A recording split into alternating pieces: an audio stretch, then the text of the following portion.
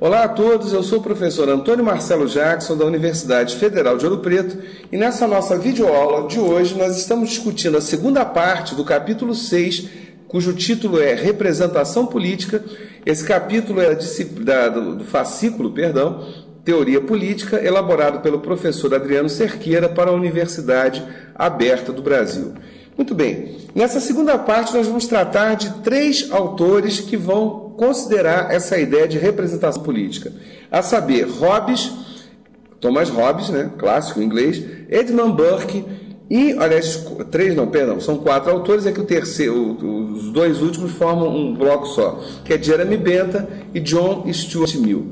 Muito bem, quais são as ideias de representação política para esses autores? De acordo com a leitura feita pelo Adriano Cerqueira. Se para Hobbes, a ideia de representação pressupõe uma procuração que é assinada, que é passada em branco ao governante. Ou seja, o representante ele recebe toda a autoridade, há uma transferência da autoridade para o representante, que por sua vez ele deve se comprometer com o quê? Com a manutenção, com uma vida minimamente segura, minimamente de paz para o representado. E se o representado perceber que esse representante não consegue isso, Hobbes deixa claro, você deve substituir então esse representante numa primeira oportunidade que existir. No nosso caso, quer dizer, qual seria a leitura disso daí? A ideia de eleições sazonais, de eleições de tempos em tempos.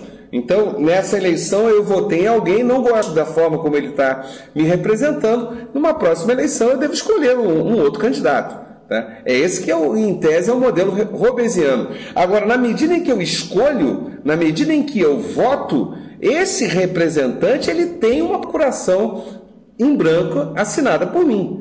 Ele tem autoridade para tomar todas as medidas que ele entender por bem, desde que a minha segurança e a minha paz estejam garantidas. Tá? O segundo autor citado pelo Adriano é o Edmund Burke, também em inglês. E Burke ele nos chama a atenção para a diferença entre interesse e opinião, sendo que opinião é uma coisa vinculada ao indivíduo, ela é subjetiva, portanto. Tecnicamente, todos têm opinião sobre qualquer coisa, tá?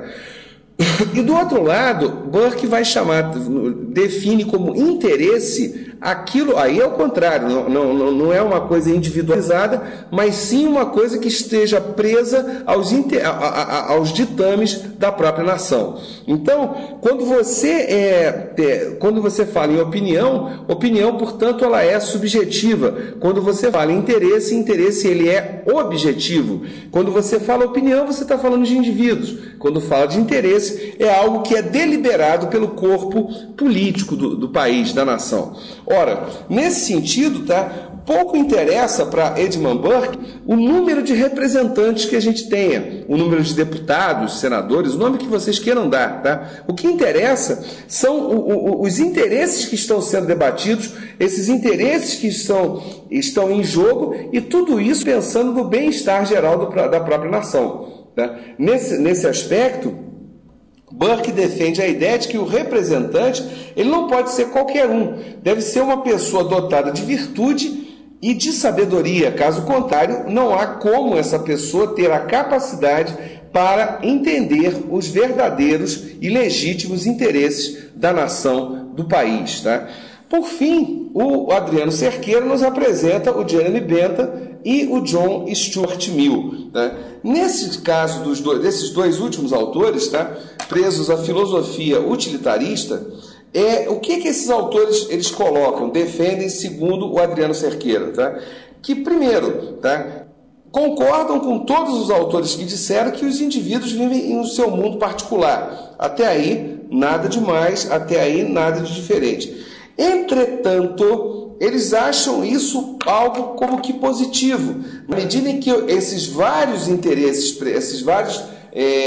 essas várias opiniões, esses vários objetivos que se apresentam no meio social, a partir do leque gigantesco dos indivíduos que compõem esse mesmo meio social, fazem com que essa multiplicidade de opiniões, de objetivos, essa multiplicidade deva ser levada a sério, deva ser levada em consideração. E qual é a alternativa, então, para que isso possa vir a funcionar? Tá?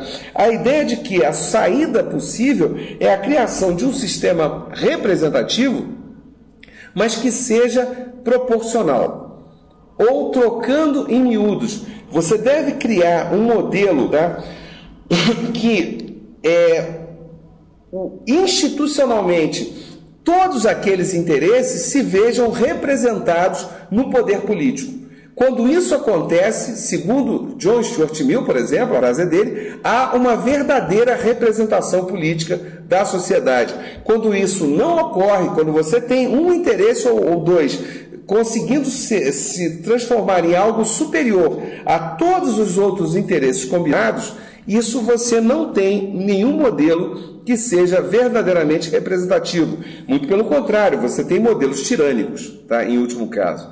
Ora, quando a gente reúne, então, esses diversos autores, qual é a moral da nossa história? É percebermos que a discussão sobre representação política, ela não é simples. Em primeiro lugar, ela não é homogênea, muito pelo contrário, ela é extremamente heterogênea, temos diversas opiniões a esse respeito. Aqui o Adriano fez uma pequena síntese, vale aí a redundância dessa minha expressão, das várias propostas de representação política.